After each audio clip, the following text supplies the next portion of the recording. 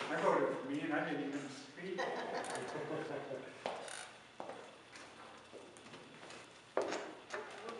Wouldn't be coming to Toastmasters?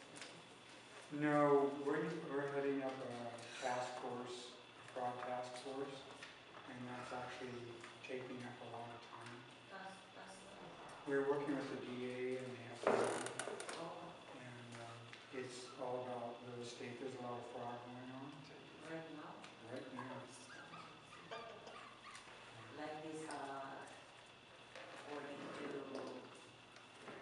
I was visiting the community, the open finance here. As like It's probably legit. Most fraud is happening with mostly elderly people, but it's happening where people are signing over their stuff and they promise that they can buy it back, and they really sign it before Fellow Toastmasters, honored guests, at this time I'd like you to welcome back to the lectern our Toastmaster for the evening, Mr. Ryan Dumichel.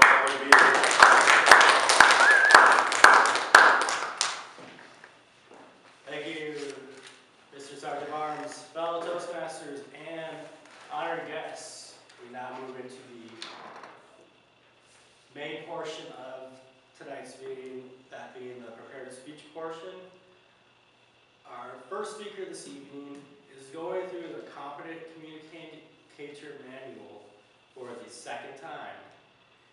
His goal is to further cement some of the foundational speaking skills and also to take video of each speech.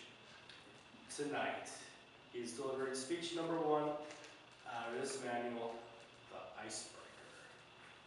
The icebreaker is 4 to 6 minutes long, where the speaker introduces him or herself and tells the audience about something essential to their life. Please help me welcome Garrett as he tells us why he's a tinkerer at heart.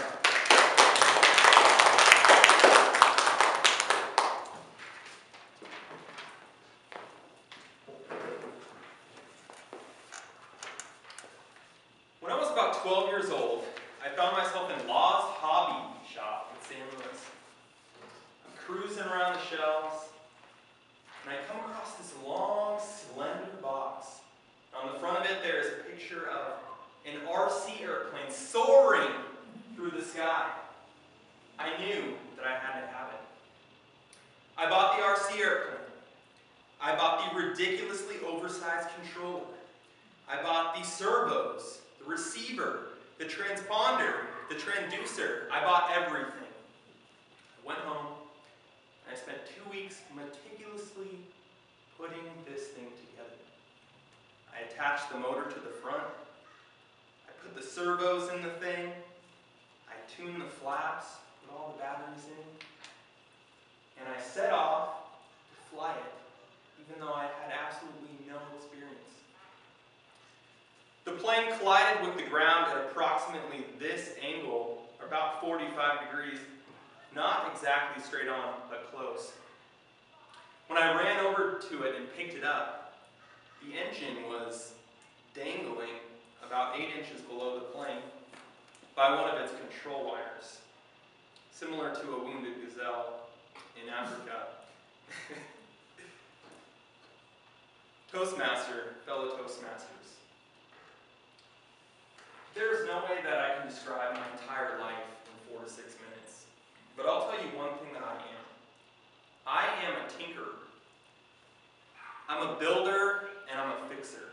I love getting my hands on a project and just seeing it to fruition. When I picked up that airplane, it was in pieces. I took it home and spent about 2 weeks of my 6th grade summer vacation carefully putting everything back together and pretty much rebuilding the thing. And the next time I went out, I crashed at a slightly lesser angle, and through this process, I eventually got really good at flying that airplane. Now, I also got into model rocketry growing up, and I wouldn't buy the model rocket I would buy the largest legally available rocket motor you could buy. And I would get the thick cardboard, and I would make the nose cones out of foam. Everything was custom made. And these rockets had these wings that would fold up into the rocket. When the thing got to its top trajectory, it would burn through a rubber band, and the wings would fling out and fly the thing to the ground. I also got into model airplanes, taking 1,000 little pieces of plastic and carefully gluing each one into this beautiful plastic combat aircraft, which always ended up with a terrible paint job, which is why I'm a tinkerer and not a painter. Now, you may have noticed there's one theme with all of these projects that I was working on. They all had something to do with things that could fly. And I always thought that my real calling in life was to become a pilot. Out of high school, I applied to the Air Force Academy, didn't get in. And when I graduated Cal Poly, I applied to the Air Force Candidate School again. Scored really high, still didn't get in. And today I find myself in a totally polar opposite career than Air Force pilot. I'm a software test engineer. And I gotta say, it's really great I didn't become a pilot because I cannot stand roller coasters or heights.